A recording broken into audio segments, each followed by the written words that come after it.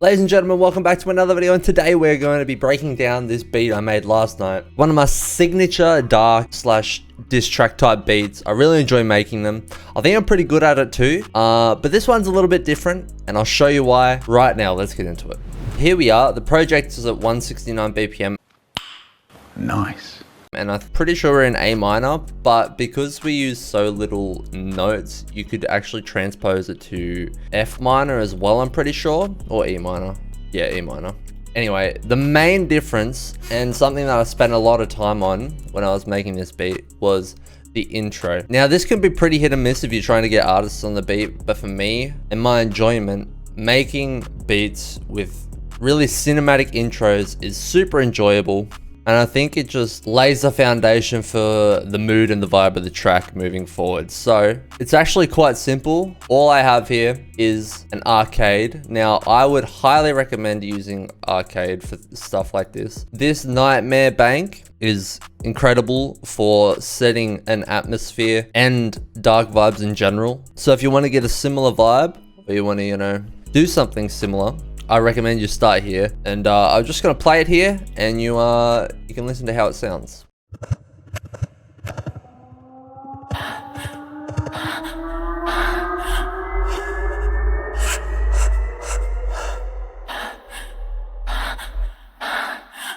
Pretty chaotic sounding, if I'm honest. I love the breathing.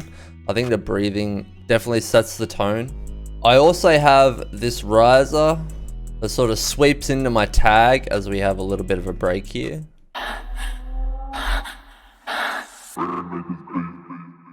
Definitely gives you a bit of a pause before we drop into the intro. So there's kind of like two drops. We're building always for the first 28 bars before we actually get to the hook, which is, I think, gives it a lot more tension. One other aspect of the intro or the build up is we start to introduce our main piano here. We've got this channel volume automation that builds up as we move into this sort of cinematic intro section. And then when it cuts out, obviously it comes in at full volume. So I'm just gonna play it at full volume here so you can hear what it sounds like. And then we'll listen to the intro in its entirety.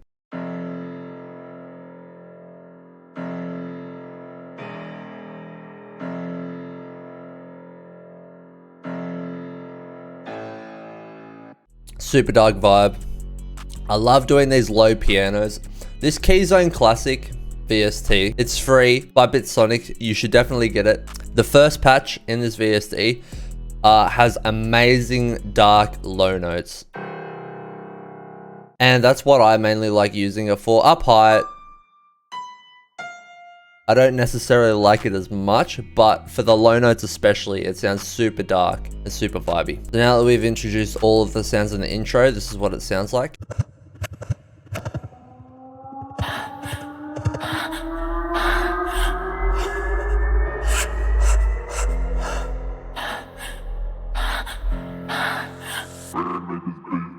And then we drop into the intro. For the intro, we just start off with the regular piano.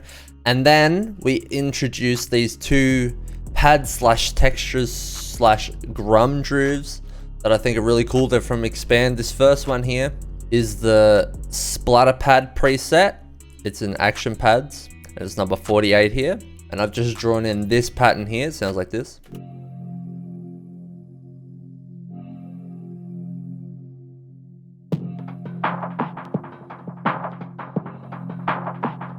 I love that one. It gives a lot of tension and build up before the drop. Now the second expand here, this is the Shepherd's Dream patch. This is also in Action Pads. It's number 12. I drew in this pattern. These are basically iterations of the low piano that I've just copy and pasted and then deleted a few notes and switched it up a little bit. So yeah, it sounds like this.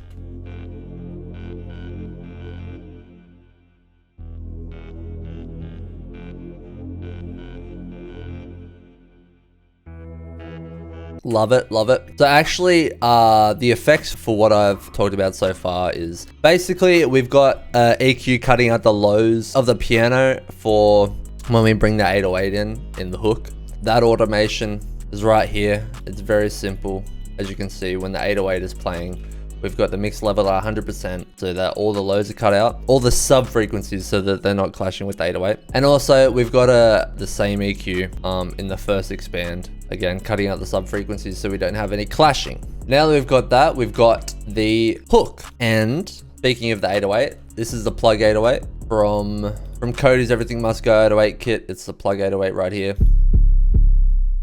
This is what the pattern sounds like. Very simple, just follows the root notes.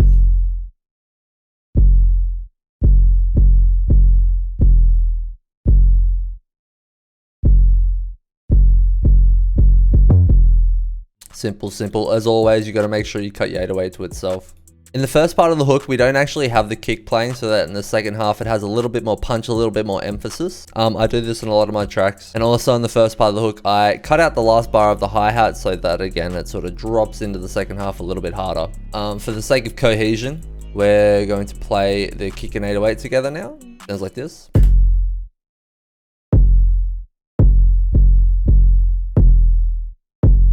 As you can hear, that it's not playing on every single note, but on a lot of the downbeats, it adds a lot of punch and emphasis. And as always, well, not always, but 99.9% of the time, we have the velocities turned all the way up so that it's nice and loud and punches really hard through the mix. I have a super basic two-step hi-hat pattern here, except I've went through and clicked every second velocity in so that we have a little bit of variance. And also played this one in on my MIDI keyboard so that it's not fully quantized. I highly recommend you guys do that for a bit of swing. Make your drums sound a lot more realistic. That's what this sounds like.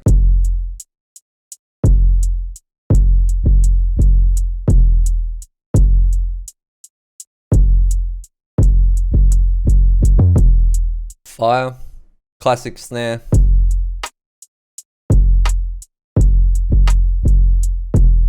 We have this basic open hat pattern.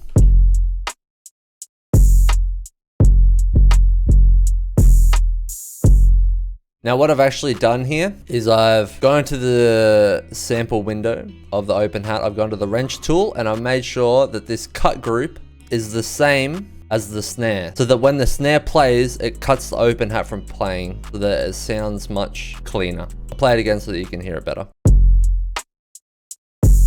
You hear it cuts off the open hat as soon as the snare plays. A good trick that I recommend, you should try it, give it a go yourself. Moving on to the other drums, we have this accent snare. We also have this perk. We have this other perk as well.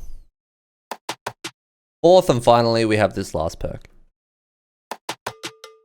So if we bring up the mixer here, you can see a lot of these are panned in different directions so that there's a little bit of stereo width and they're not all trying to occupy the exact same space in the stereo field because a lot of them carry the same frequencies. So in order to avoid them masking each other as best as possible, we've panned them left and right like you can see here.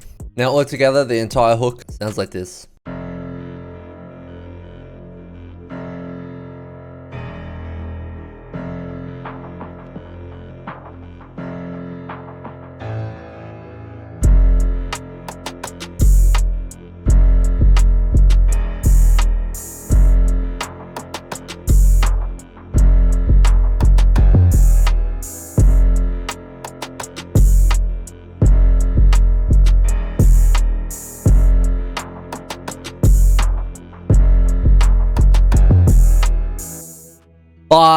Fire. All right, so we'll talk a little bit about the arrangement here as we move into the verse. Obviously, because we've got the plug 808 playing, we've cut out the lows, so the mix level is 100% up here. We've cut out the first bar of all the other drums except the kick and the 808 here. Just add a little bit of variation into the verse, and then we just copy the drums over again for another 8 bars. But we don't have these expand sounds down here playing, so it doesn't sound as high energy as the hook. This is what it sounds like.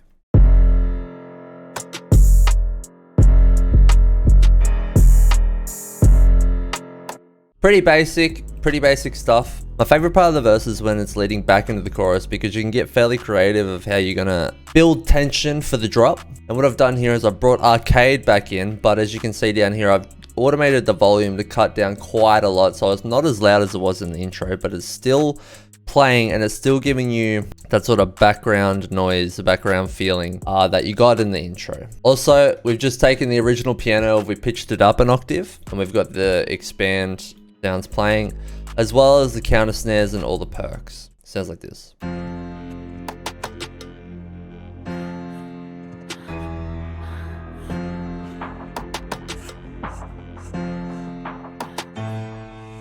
The sound that I think acts as a nice tension builder the most is this sound here. It's like a sub riser type sound in arcade.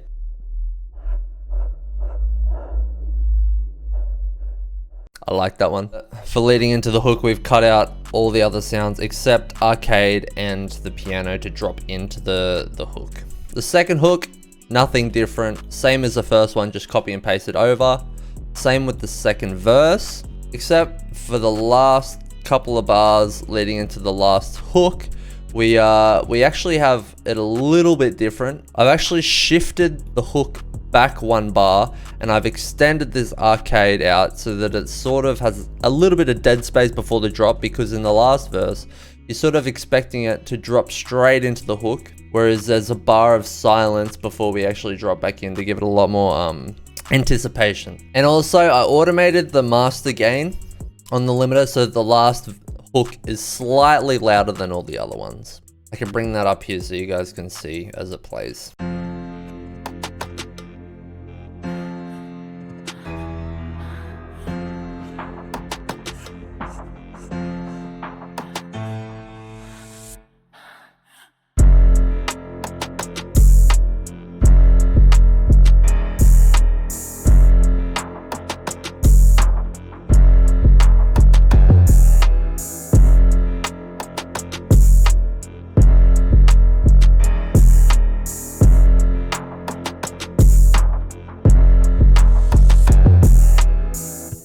Alright, that's going to be it. I appreciate you all for watching. If you liked the video, subscribe if you want to see more content, hit the bell notification to be notified next time I post a video.